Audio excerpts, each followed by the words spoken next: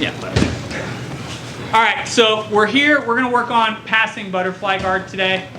And in the coming weeks, past couple weeks, we've been working on attacking from butterfly, sweeping from butterfly, and some of the, normal bottom position stuff. Now we're gonna spend a little bit of time on top butterfly guard, right? So first thing we're gonna work on is just our weave pass. We've used this in a couple different positions, but this is one of my favorite ways to pass butterfly guard. Corey can attest to this because he literally pulled butterfly guard and I tried to pass with this pass. It's the one I use consistently. That's why I like teaching it. So I'm here. All we're gonna look to do is I'm gonna look to get solid collar grip. I'm gonna look to pull him to the side I want to pass to. So for me, if I wanna pass weaving with my right hand, I wanna set him to my left side. So for me, left collar grip, boom, I'm gonna use that to pull him to his side. My right hand is gonna go through his leg and connect to the top of his knee. Now, in a pajama party, you can set the grip. I still just cup the knee here, kind of your personal choice. Once we get here, I'm gonna sprawl my legs back, putting all my pressure right into the middle of Mr. Hackett's thigh. I don't want it in his hip and I don't want it on his knee. I want it just above, kind of in that sweet spot of his thigh. So once we get here, I'm gonna drive my legs back and put all my weight right into this leg. It feels really great for James, he really enjoys it. Here. Then I'm gonna slowly walk my feet around while using my unicorn horn to stab him in the chest. What that unicorn horn allows me to do is, I have my hands controlling his hips, my head controlling his chest. Therefore, I have control of most of his body at that point. So I'm here and here. As I start to walk my legs past, I'm also going to drive my weave hand back, twisting his hips.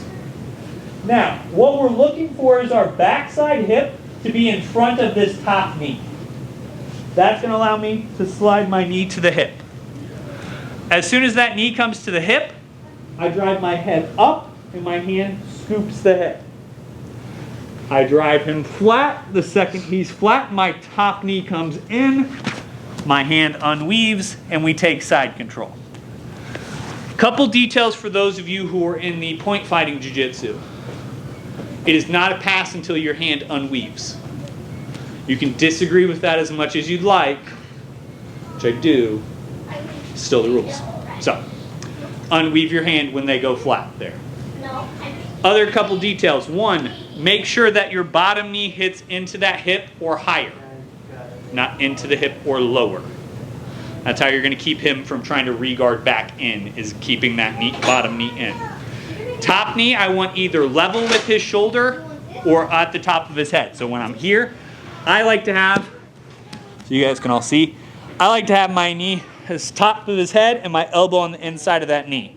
Just reinforces this grip, allows me to drive that shoulder pressure better. All right? So your knee coming over your elbow is really what's trapping his elbow to come down. Yeah, because if I'm here, right, it's really easy for him to start sliding that elbow back in.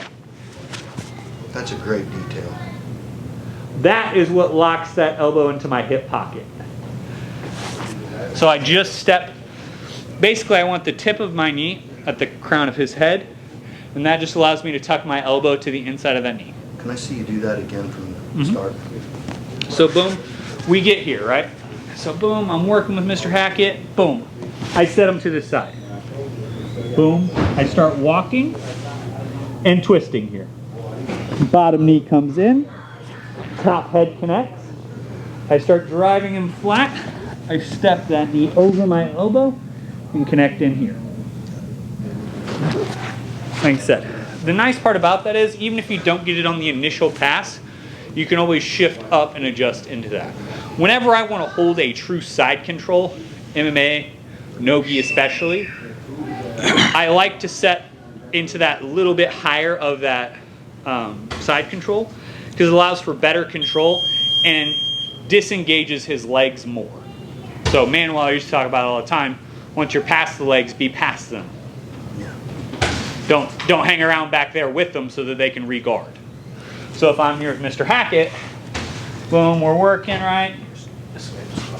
Boom, I'm here. I get here and I pass, but I just kind of hang out back here it gives him an easy opportunity to start sliding those knees in and really causing the issues. But if I get up here, I'm past him. He passed me. That's As long as I've got shoulder control, run high. Yeah, I can. If I have that arm trapped and buried like that, I'm always going to scoot high to where my bottom knee is almost center line of your chest. I'm going to cheat that far up. Got it. This is going to give me those better options. Thank you. Other questions on this? We've passed, work the detail. Elaborate a little bit on like the twist. Are you like twisting your shoulder as you're going over? So just Come make down type deal. So this hand here, what I'm trying to do is push this knee out. So when I'm here, if I just keep good pressure on James, he's going to still try to fight with this leg. So I'm not just pressuring down, I'm trying to push this leg back. And with my head, I'm driving his head this way. So the benefit is, for our strong folk who lift heavy weights, at what point in a strong, big, powerful lift does anyone go, all right, now bend your spine? Never, right? Like at no point in powerlifting are they like, yeah, and then you arch your back real funkin' wonky so you can snap your spine in half, right?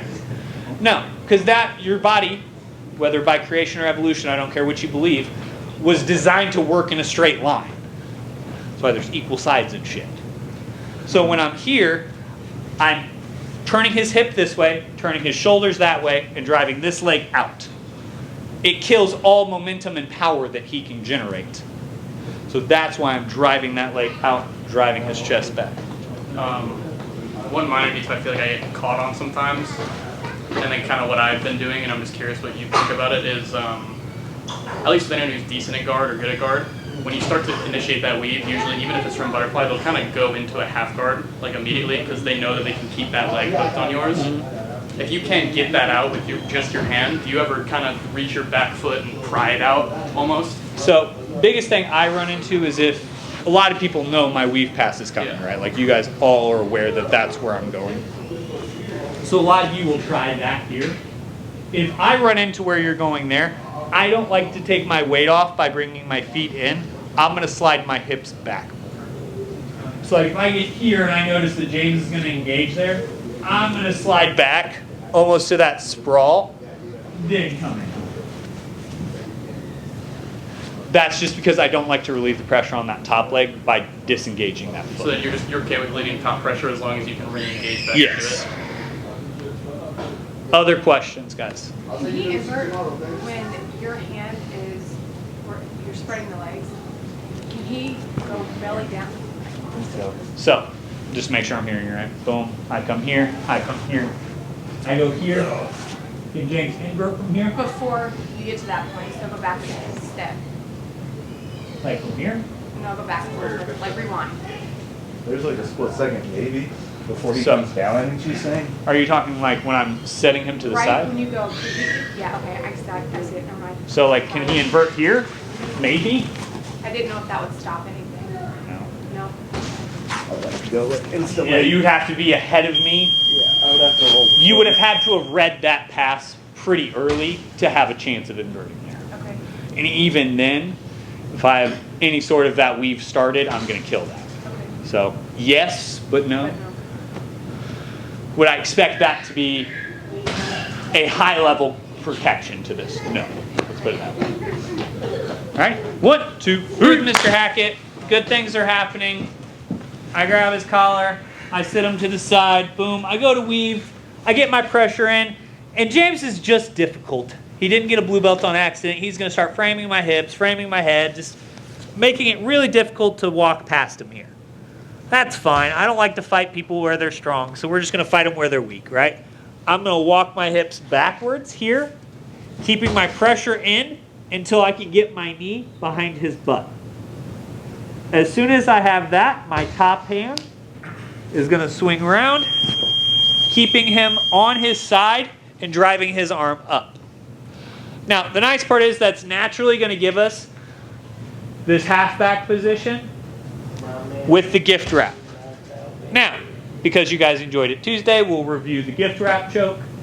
Once you have this choke here, your hand here, top hand is going to sneak in, And I'm going to look to put my wrist right on his throat. As I get here, I'm going to pull start my mower, pressure down with my wrist here. So I'm pull, pressure down.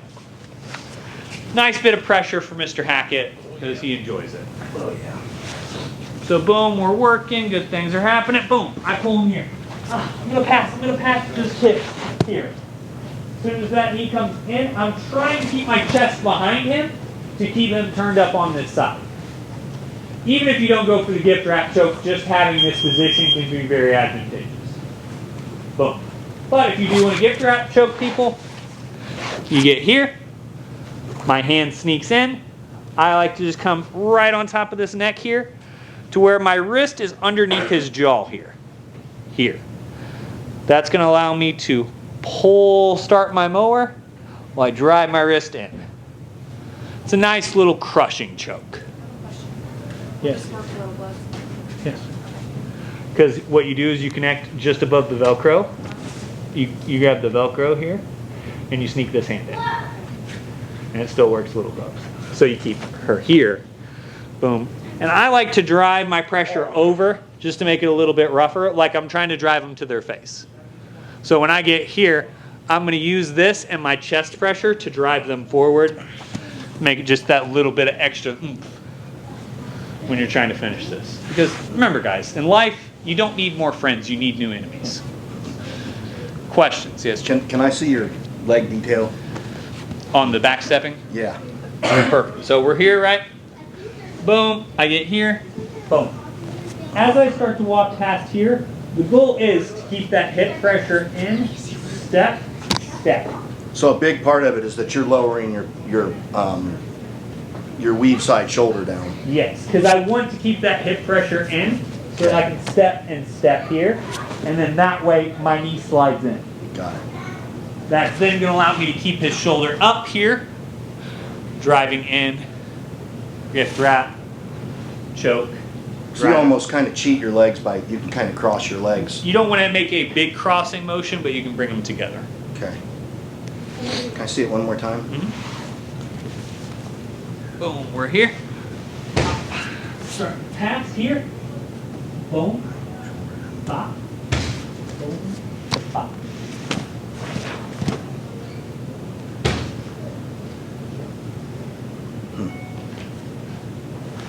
That knee to the butt is a good detail too. That knee to the butt is what stops him from being able to turn into you easily. There's going to be two reactions when you back step here. One is going to be for savvy point smart people. Will go all fours because you don't get pass points if they do that, which is fine. Just give me your back. Thanks. I'll really cry about that. Or they're going to try to turn into you really hard and try to get kind of that framed up side control position. That knee in the butt stops them from framing that frame back into you, and encourages them to either stay on their side or to go to their belly. Either one I'm fine with, especially MMA. If I can get you to go to your belly, great, I'll start hitting the shit out of you. That's the goal there. Right, Carson? Right, Carson? You hit them until they give you your back. Then you choke them, and you scream no mercy in their face. Other questions on this, guys? Alrighty. 1, 2, 3. Alright. So now we're going to assume that James is just being a pain in the ass, right? Which he is on an average Tuesday, right? So boom, I grab my collar, boom, I turn him. I get here, I try to walk, he packs. He's trying to just block whatever I'm up to, and I just can't get to where I want to be, right? He's just using his legs efficiently enough that I can't get them where I want to go. So instead of trying to go around his legs, we're going to go through them. All we're going to look to do is keep my head pressure in and pick that top leg up. Now, the leg on the initial passing side is going to slide me in and then windshield wiper my ankle across. As soon as that ankle comes across, my back leg steps big and looks to catch that ankle. That then puts us in the what used to be called Russian mount, but then they were assholes and invaded a sovereign country, now known as Habib mount. Boom. Goal of this mount is to have your hips just in front of his knees crossing your ankles and sitting on them. Now, I like this mount specifically for MMA a little bit more because then unnecessary violence occurs when I start hammer fisting James. Now, if you're not doing uncivilized things like punching people in the face, you can use this to then pass all the way to traditional mount. But always good to have an extra leg entanglement because once his legs get tied up there, it's really hard for him to escape. And that momentary panic also gives you an opening to capitalize. So I'm here, boom, I sit James to the side, I try to pass, he's being difficult. Pull that leg up, if you're not pajamaed, you can scoop that leg up, my knee comes in, windshield wiper the leg across. Leg comes over, crosses in. Once you're here, violence to your rule set, or pass to mount. Like I said, the biggest thing that people mess up on this is when we get here, a lot of people just try to lift the leg and step this knee over, and they don't windshield wiper the foot. So you end up here and you're like, why can't I cross my feet? So you just put your foot position. So when I get here and I slide this leg over, I windshield wiper that leg across. That's what allows me to cross here. Then either work him flat for the mount, or if he starts turning up to his side a lot, boom, you can take that gift wrap and start attacking other uncivilized things. Questions on this? JJ? One question is, I know the beam mount is going to be down points, so will give you pass points or will not consider pass. A good referee should consider that passed. That is my answer to you. Most people aren't good referees, therefore you are unlikely to score until you get full mount. But the second you get full mount, you'll get pass and then mount points. So, if you're playing point jiu-jitsu, I would not hang out in Habib mount for a considerable amount of time. Now, if you're playing sub only or your MMA, anything like that, it can be a good position. But if you're playing points, pass. You're windshield wipering from this direction, from the front side of his leg. So Yeah. you're a windshield wiper from the other leg. Is that? Not generally, because that leg's not going to be in position to set. That as well. Other questions? Can I see it again? Yep. Anything other than one more time? So is Habib mount better for MMA? Full mount. My cop-out answer, it depends. What do you think they can escape less? No, I think they can escape just as well as they can in traditional mount. It depends on what you're trying to do from the mount that determines which mount's going to be better for you. If I want to, Carson's fight, right? He got into a high mount position, started hammer fisting, waiting for the ref to either step in or old boy to hand up a submission to him. That's fine. That's exactly how traditional mount should work. Habib mount works very well when you're trying to trap them in a position, or when you're trying to just hammer fist, right? So it just depends. Now, there's no subs you can hit from there. That's the difference. So if you're not worried about subbing someone, then yes, I would go Habib mount. If you want to have the opening for subs, I would slide up to high mount. Does that make sense? Yeah. Can you just use Habib mount as a trap? Never mind. Yes. What I like to use Habib mount for is the panic. So when I get here with a lot of people, boom, go. He's not working, right? Boom, I pull that leg up. Boom, I get here and here. People are used to you going to mount. They're not used to this. So what I like to use for this is, I'll like to sit here and then just start hand fighting. If we're in jiu-jitsu and MMA, I'm just gonna hit you.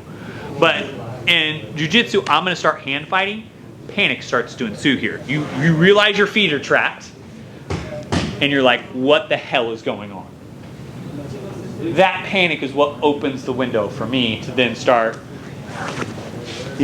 setting other things up, and that's going to be the opening I use it for in jiu-jitsu. Other questions here, guys? All right, drill her out. 1, 2.